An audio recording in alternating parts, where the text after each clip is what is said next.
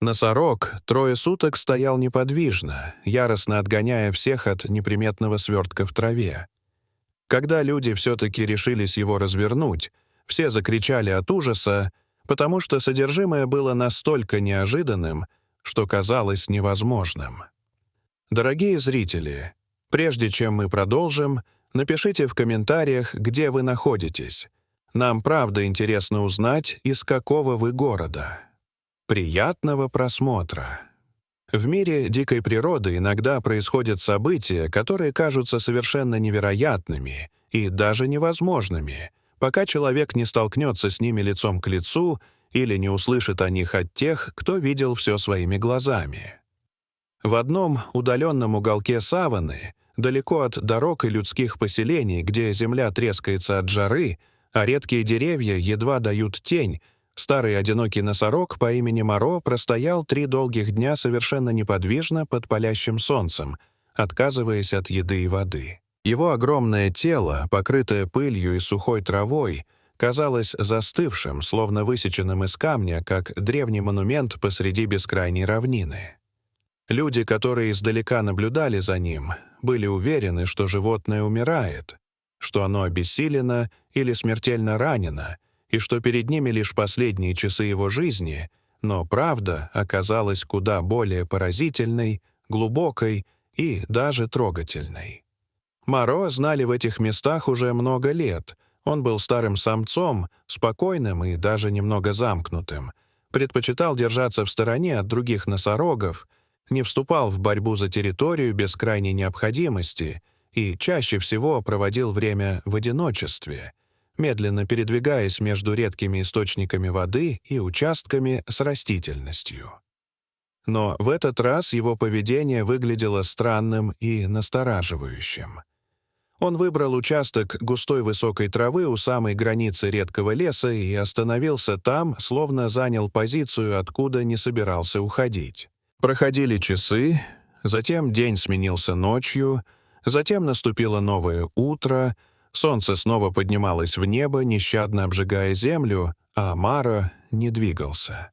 Он не шел к водопою, хотя находился достаточно близко, не искал пищу, не реагировал на звуки других животных, не откликался даже на редкие сигналы других носорогов, проходящих неподалеку. Даже ночью, когда саванна наполнялась тревожными звуками, шорохами, криками и воем хищников, когда гиены и шакалы выходили на охоту, а ветер приносил запах опасности, он лишь слегка поворачивал голову, поднимал уши и издавал глухой предупреждающий звук, не делая ни шага в сторону, словно что-то удерживало его на месте сильнее страха и инстинкта самосохранения. Жители ближайшей деревни, находившейся в нескольких километрах, начали тревожиться, слухи быстро распространились, и каждый добавлял что-то свое. Одни говорили, что носорог был ранен браконьерами и теперь просто доживает свои последние дни. Другие утверждали, что он сошел с ума от жары. Третьи же предполагали, что он будто что-то охраняет. Но никто не мог понять, что именно может заставить такое мощное и свободное животное отказаться от движения и воды. На 3-й день к месту прибыли рейнджеры. Опытные люди, хорошо знавшие повадки диких животных. Они понимали, что если носорог не попьет в ближайшее время, его организм не выдержит обезвоживания, и медлить больше нельзя. Осторожно приблизившись, они были готовы к агрессии, ведь раненый или ослабленный носорог может быть крайне опасен и непредсказуем. Но произошло неожиданное. Моро не бросился в атаку, не проявил раздражения или страха. Он медленно повернул голову в сторону людей, внимательно посмотрел на них, словно оценивая их намерения, и затем сделал несколько тяжелых шагов в сторону, освобождая пространство перед собой, будто приглашая подойти ближе. Рейнджеры переглянулись, не веря в происходящее, но все же осторожно двинулись вперед, раздвигая руками густую сухую траву, которая скрывала землю. Один из них сделал еще шаг, наклонился и внезапно замер, не в силах поверить своим глазам. Внизу, среди травы, лежал грязный матерчатый сверток. Сначала это показалось мусором, случайно принесенным ветром или оставленным людьми, но в следующую секунду тишину прорезал едва слышный звук.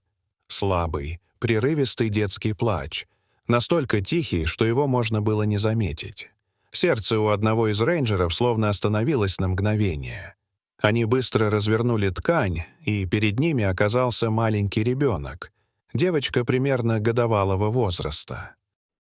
Ее кожа была пересушена, губы потрескались от жажды, глаза были полуоткрыты, дыхание слабым, но она была жива.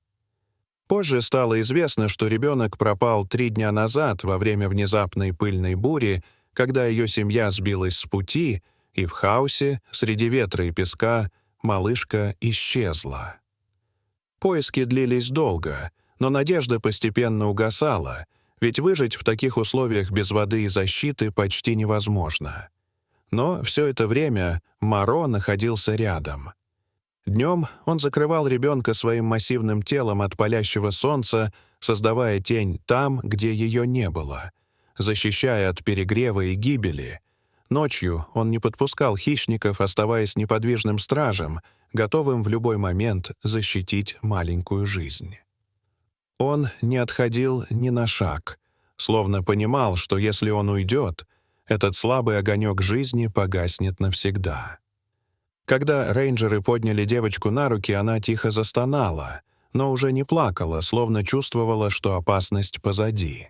В этот момент Моро издал глубокий, протяжный звук, в котором не было ни страха, ни агрессии, лишь спокойствие и что-то удивительно похожее на прощание. Он еще раз посмотрел на людей, словно убеждаясь, что ребенок теперь в безопасности, затем медленно развернулся и направился в сторону далекого водоема. Его силуэт постепенно растворялся в горячем мареве саванны, пока окончательно не исчез из виду. Никто не пытался его остановить, никто не произнес ни слова, потому что все понимали, что стали свидетелями чего-то редкого и почти невозможного. Эта история остается напоминанием о том, что сострадание не знает границ, языка или вида, и иногда животные способны на такие поступки, которые заставляют людей по-новому взглянуть на мир и задуматься о том, насколько глубоки могут быть чувства тех, кого мы привыкли считать просто частью дикой природы. Дорогие зрители, что вы думаете об этой истории? Расскажите, пожалуйста, в комментариях. А если вам понравилось это видео, то ставьте лайк и подписывайтесь на наш канал. До свидания.